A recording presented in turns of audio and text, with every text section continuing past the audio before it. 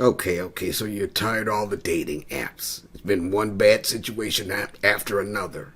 So then you finally decide, okay, I'm going to go try this other one. I'll answer all these questions for days. That's sure to end up with a better result, right? Well, not so fast. Stay tuned.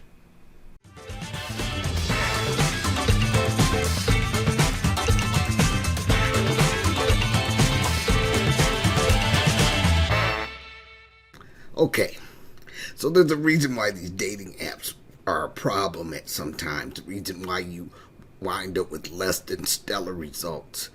The thing is that there is no computer algorithm to weed out people with personality disorders, mental illness, ulterior motives.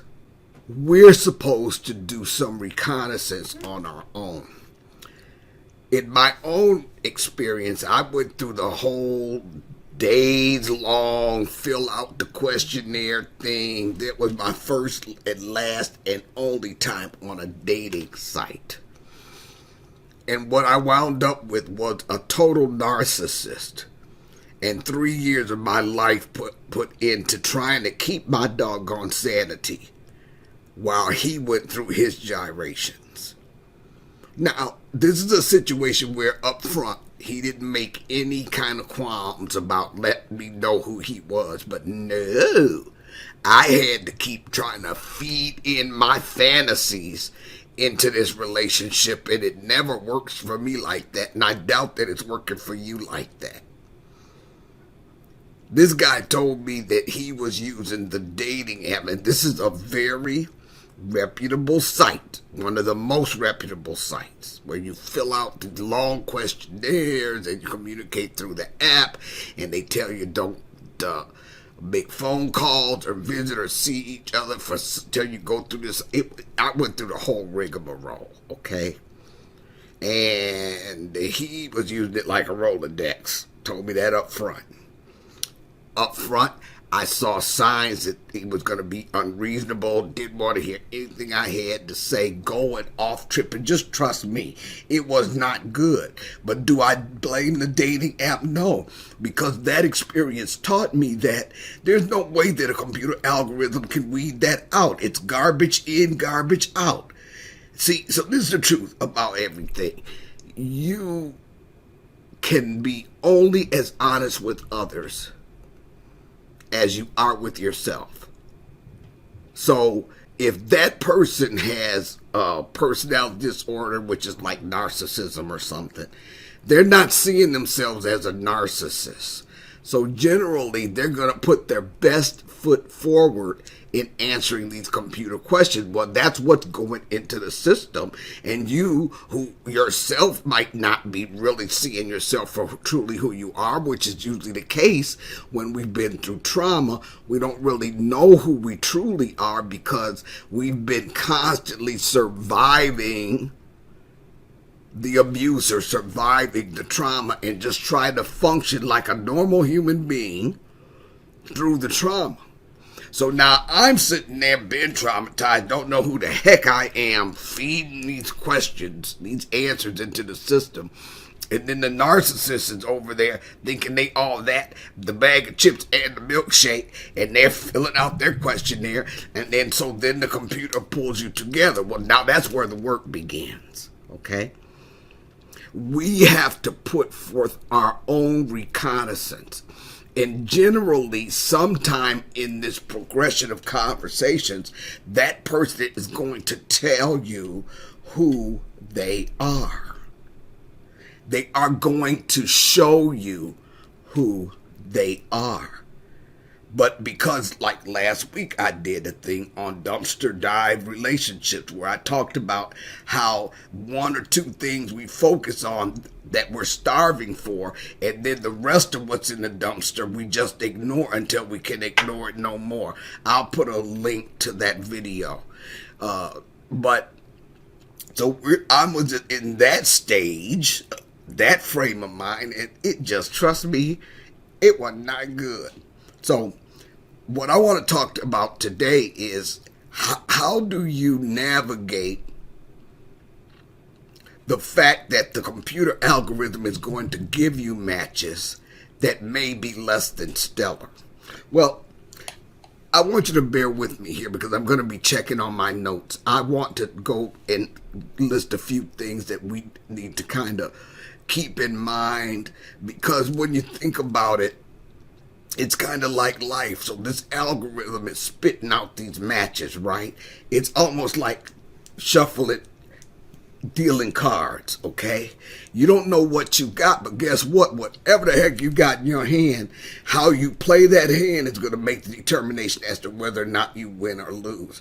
So it's kind of like playing a game of cards where you are dealt these cards, but you can fold or you can play through, but you have to play strategically.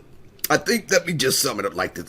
All I'm trying to say is you get to choose, and don't have false expectations of the technology.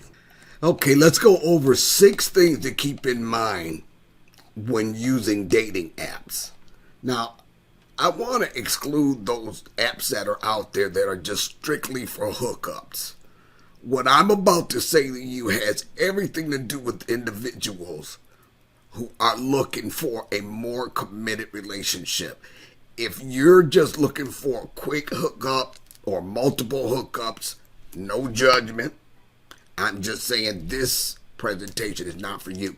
But if you're someone who wants to know how to win the dating game when you're dealt a bunch of crud in your hand, then keep listening. Number 1. This is number 1 of 6. Go with what you know and stop playing a losing game. What do I mean by that? You can often look at this whole dating thing like Russian roulette. You never know which one is going to be the wrong one out the chamber. Okay? But that's not necessarily true if you know what you're doing. What you want to focus on is what you want. What do you want? In other words, right out of the gate, if you're dealt a hand that you don't have anything in it that you want, why are you playing that hand? That's the question. Why are you even getting involved? So you have to not look at, I think what I want us to do is we want to just have a realistic eye, an objective eye. So in other words, now, I'm going to preface this. I know you can have friends that mean you no good. Okay, and that sometimes they're underhanded and have ulterior motives themselves. If you got somebody in your life who's jealous and might be trying to discourage you from a relationship because they're jealous, I'm acknowledging those kind of people are out there. One suggestion: get them out of your life, okay? Because that is not good for we people who have suffered from trauma. It is not a good thing at all for us to have negative people in our life. We have to surround ourselves with truthful, trusted others, okay? And that means that you need to have people in your life that you can trust what they're telling you. And if that's the case, then whether it's a friend's reservations about your relationships or just a gut feeling, ignoring warning signs will always lead to trouble. Can we just accept this as the ground rule? Ignoring warning signs, whether it's coming from a truthful, trusted other or just our gut feeling, is never going to lead to anything positive for you. I would just cut my losses and move on. Here's another one to consider. If you desire more than a hookup, stick to the end game. What is the end game? Is the person before you, are they commitment material? What do I mean by that? Are they capable of commitment? Okay? Are they willing to be in a committed relationship? You're either capable or incapable, or you're willing or unwilling. Do not project your desires onto someone who is incapable or unwilling.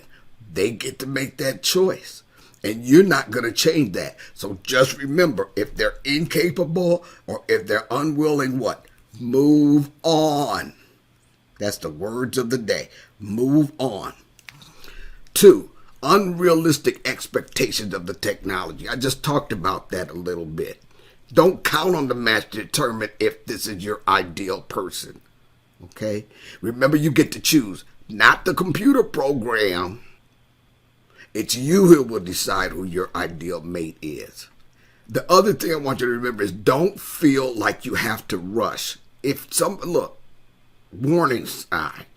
If you get matched with someone, and generally, if it's like it was years ago when I did it, generally there's a process you go through where you send questions back and forth, yada, yada. There's a period of time that you go through where you communicate through the dating app. Look, if the person immediately wants to take that conversation offline, by meaning that to take the conversation outside of the dating app, it's generally a warning sign. Now, I'm going to say generally, you guys, come on.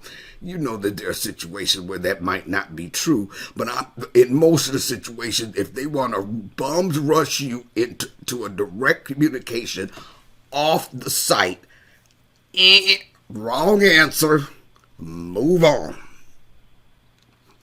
As I said before, the other thing I want you to keep in mind is the fact that algorithms don't measure for a person's character, mental illness, personality dysfunction, or hidden motivations. Anybody can keep up a good front for a few weeks or a few months. The cracks become increasingly evident as time passes, so you want to give this thing some time. So if you fall in love with the initial facade, oh my goodness, she's beautiful. Oh, he's beautiful. He's handsome. If you're falling in love with the facade, that's happened before. How did that work for you? That's all I'm saying. Okay, we've got to look beyond the facade, and half these jokers are out there with somebody else's picture claiming that that's who they are. I don't know how people get away with that, because you're going to meet up eventually. So if you looking at a dude that looks like he's 6'2", and then when you meet up with the guy, he's 5'4", move on. Somebody lying. Why you have to lie? If that's the case, move on. Okay? 3, know who you are and act accordingly. What does that mean? Well, you got to decide what your values are, and it's really good to go through an exercise where you narrow down your values into the top 3. That does not preclude all the other ones you have, but you're going to use your top 3 to determine if a potential date is worth it. How do they align with your values, with your sense of self? What is it that you want? Understand this. Trauma is designed to make us think that we are less than qualified, less than deserving, less than. And so we get into this mental rut of less than, and we start talking ourselves out of the times when we should be rejecting an opportunity. And if we have a deep feeling of I've dealt with a root of rejection for decades now, and if you have a root of rejection, then just somebody saying something affirming can make you feel like that this might be the one. But what you have to really pay attention to is the cracks that come evident as time passes. I'm just asking you, don't fall in love with the facade. Trust me, it's not a good-looking man that's going to make a good committed mate. It's not a good-looking woman that makes a good committed mate. That could be icing on the cake if you find somebody with excellent character and is willing and capable of committing. Now, I want to go back and talk a little bit about my mentioning of personality disorders, and mental illness. I don't want anybody to think that I'm judging those people. I've spent a lot of my life providing services to people like that. I want you to understand that there's a difference, too, between mental illness and personality disorder. Now, a personality disorder is something that can be changed. It's in the psyche. It occurs it kind of changes us as a result of how we dealt with or failed to deal with certain traumatic events in our lives. A personality disorder is developed over time as we grow into adults, but it's something that we as adults can change. But when you're talking about mental illness, many of those are physiological brain issues that are going on. And because they are physiological, those things have to be medicated, and people have to be provided mental health services through generally for a long time throughout their lives. For instance, if somebody's bipolar, it takes months for somebody, an expert, to get them on the right cocktail of medications, and those medications have to be changed over time as they grow or their hormones change or whatever. And so if that person goes off those meds, then they're going to be thrown right back into the precondition prior to meds. They're going to be thrown right back into that particular mental illness where, say, bipolar is concerned, just as an example. So I'm not saying that people who have mental illnesses, depending upon what it is and how severe it is, I'm not saying they're not capable of love. I'm just saying that those relationships with, for instance, somebody who's bipolar, it's going to be difficult, and that you need to educate yourself as to what's involved with that before you allow yourself to get into it. So I'm just saying that the algorithm doesn't read that out. Foretold is forewarned. Narcissism, however, is an example of a personality disorder. And with narcissism, those people generally are not aware that they've even got a problem. They'll stab you and blame you for bleeding. So even though that's a situation where if a personality disorder you have it, you can probably change it with some help and some mental health intervention.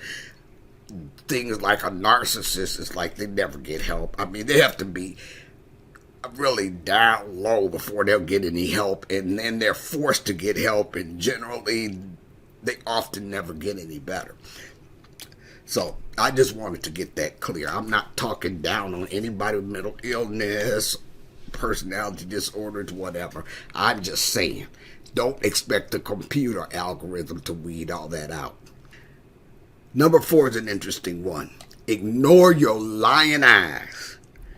Ignore your lying eyes. Do not ignore the truth you know, no matter how attractive the person is. But you should ignore who you want them to be in favor of focusing on who they are. We can fool ourselves into saying, on some subconscious level, now, it ain't no neon sign out there talking about I'm avoiding, or I've got magical thinking, or I'm projecting my fantasies on this person who's incapable or unwilling. You don't get that, see. But you will find yourself, if you look back at some of these relationships that went sour, you may find yourself seeing where you had interjected or convinced yourself that something you were seeing did not exist, or you were making excuses for the person when something you were seeing was in your face. So I'm just saying, if they show you who they are, that's who the heck they are. We should never ignore the truth that slaps us in the face. I talked in a previous video about don't blame the jelly. So in other words, you go to the store, you put the jelly in the cart, you check out, you get home, you want it great, but you had put strawberry in your cart. Well, you're not going to sue the grocery store. You're not going to sue the manufacturer. You might cuss, okay? But really, whose fault is it? Whether you meant to put that in your cart or not, you put that in your cart. Don't blame the jelly, because the jelly was strawberry the whole dang time. It was never anything else. Its label said strawberry. You got distracted. You were off focus. You put it in your cart and you really want it great. Don't blame the jelly. I'll put a link to that video down below. Rule 5. Family matters, and so do their issues. So generally, if somebody tells you something about their family's What could it be? My dad, for instance, my dad was a drug dealer. And he went to prison when I was 12. And I haven't seen him since. Or my parents were alcoholics. Now, look, I'm just saying, that had to affect that person growing up in a situation like that. This is information you need that you need not ignore. Just put it in the memory banks and watch. My ex-husband used to always say, hey, I'm going to put them out there like a thoroughbred and see how they run. So in other words, he might see the situation coming. He might have deduced how this person was. But what he does is he just sits back and sits on that and just watches them. See how they run. See how they act. And if that was something that they had never dealt with, worked on in themselves, something that they're unaware of has affected them and how it's affected them, then you have to remember that whatever their problem is occurred way before you came in on the scene, and you ain't that good, that just you being in their lives is going to make that difference for them. It's going to always be, look, I'm just going to tell you, as a trauma survivor, I can tell you that the healing has got to be deliberate. When we heal from trauma, we have to face so much truth about how we might have had misperceptions, truth about people we loved. Come on. Facing that truth, you have to be deliberate and determined in order to do it, because truth hurts. And we know as trauma survivors what it takes to move forward and to face the past and to heal enough to be able to live lives and to thrive in our lives. So if that person that you're dealing with, if it becomes evident to you that they ain't there yet, don't think you can fix it. Move on. Number 6 and final is the alarm bell is ringing and you need to quit hitting the snooze button. If you're seeing alarm bells, don't snooze it. Turn off the clock, sit up out of bed, and pay attention. Things like unanswered phone calls, failure to show for scheduled dates, sudden obligations that make the date suddenly unavailable. Those are clear signs that something is awry. Hey, here we go again. You have to understand, a one-off situation where that happens is a one-off situation where that happens. But if you see a pattern of this, hey, what? Move on, okay? Another alarm bell. Missing parts of the story. So what'll happen is they're telling you this long story about I couldn't be there because such and such and so and so. And especially if the story gets out freaking landish, where every time you turn around there's just so much drama in this person's life. One person can't be experiencing all of that at one time, but it's always their long drawn out excuse for not treating you the way you should be treated. Move on. You see the pattern of that? Move on. You're not going to be able to change it. And they're equal opportunity knuckleheads, as I call them, because it doesn't matter whether it's you or anybody else. You can't take this personally. They being who they are. They're showing you who they are.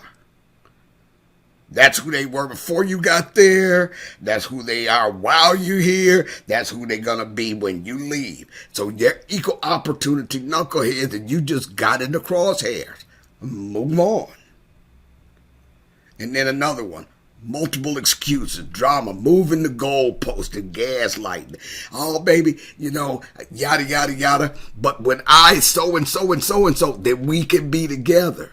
Or, well, right now I got to focus on the job, yada, yada, yada. But baby, hey, give me a little time, yeah. And when you're looking at this pattern, man, and you looking weeks down the line and nothing's changed, that kind of stuff it's moving the goalposts, walking you straight down the end zone, okay? And every time you think you're just about there, they move it again. Hey, I've been there, done that. It never works out. Move on.